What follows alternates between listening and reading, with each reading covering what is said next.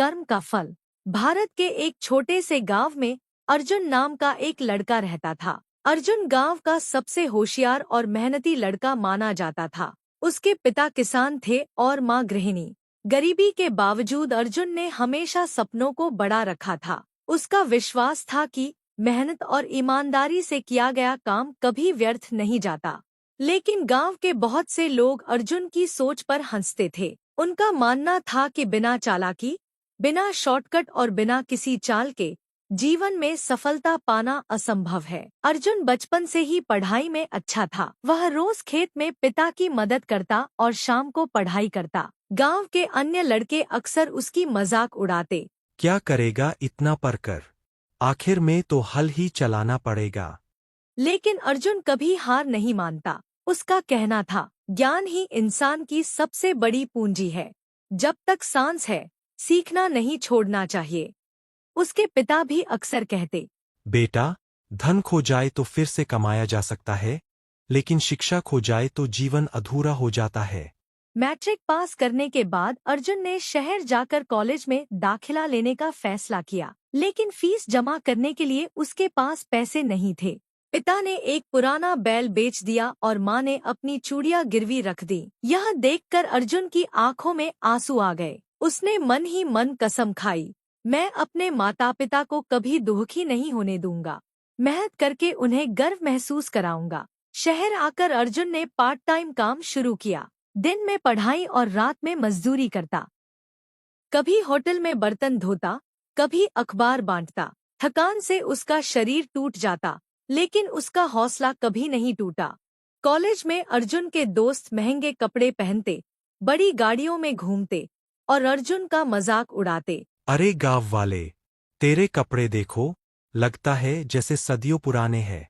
अर्जुन मुस्कुरा देता और कहता, कपड़ों से इंसान की कीमत नहीं होती, बल्कि उसके कर्म और ज्ञान से होती है। धीरे धीरे कुछ अध्यापक उसकी लगन से प्रभावित हुए। वे अर्जुन को अतिरिक्त किताबें देते और समझाते। कड़ी मेहनत और ईमानदारी से अर्जुन ने कॉलेज टॉप किया। पूरे विश्वविद्यालय में उसका नाम रोशन हुआ। अखबारों में उसकी मेहनत की कहानी छपी। कई कंपनियां उसे नौकरी देने के लिए आगे आईं। लेकिन अर्जुन ने फैसला किया कि वह सिर्फ नौकरी नहीं करेगा, बल्कि ऐसा काम करेगा जिससे गांव और समाज को लाभ मिले। अर्जुन डिग्री लेने के बाद सीधे अपने गांव लौटा। लोग हैरान थे, इतनी बड़ी डिग्री लेकर ये गांव क्यों आया है? शहर में रहकर लाखों कमा सकता था। अर्जुन ने गांव वालों को इकट्ठा करके कहा, मैंने देखा है कि किसान अपनी मेहनत का पूरा फल नहीं पा पाते। बीच में बिचौलिए सारा लाभ खा जाते हैं।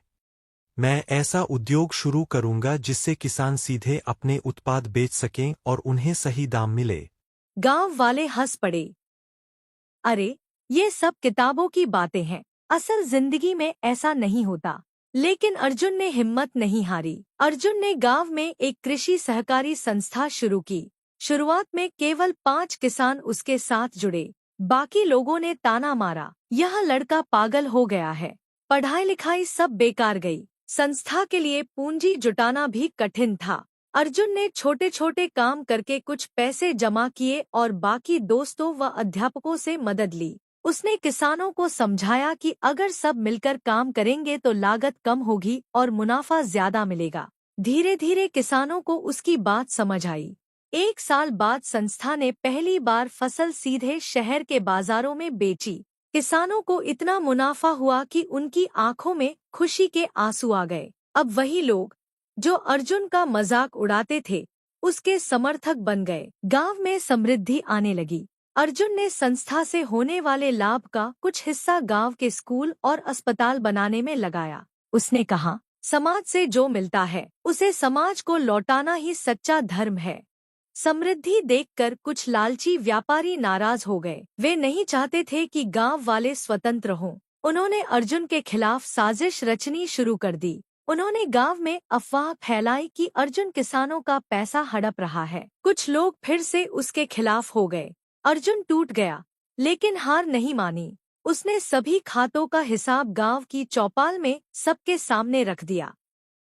सच देखकर लोग चकित रह गए और व्यापारी बेनकाब हो गए।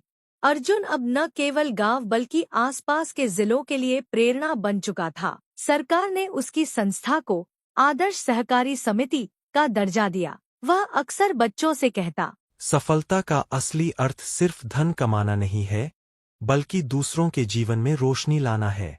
ईमानदारी और मेहनत का रास्ता कठिन जरूर है, लेकिन अंत में वही सही मंजिल तक पहुंचाता है। अर्जुन की कहानी से यह शिक्षा मिलती है कि कठिनाइयाँ कितनी भी हों, अगर इंसान सच्चाई, ईमानदारी और धैर्य के साथ आगे बढ़े तो सफलता निश्चित है। सच्चे कर्म कभी व्यर्थ नहीं जाते। समाज का असली नायक वही है जो खुद के लिए नहीं, बल्कि सबके लिए जीता है। मेहनत का कोई विकल्प नहीं होता। सच्चाई और ईमानदारी से किया गया कार्य कभी व्यर्थ नहीं जाता।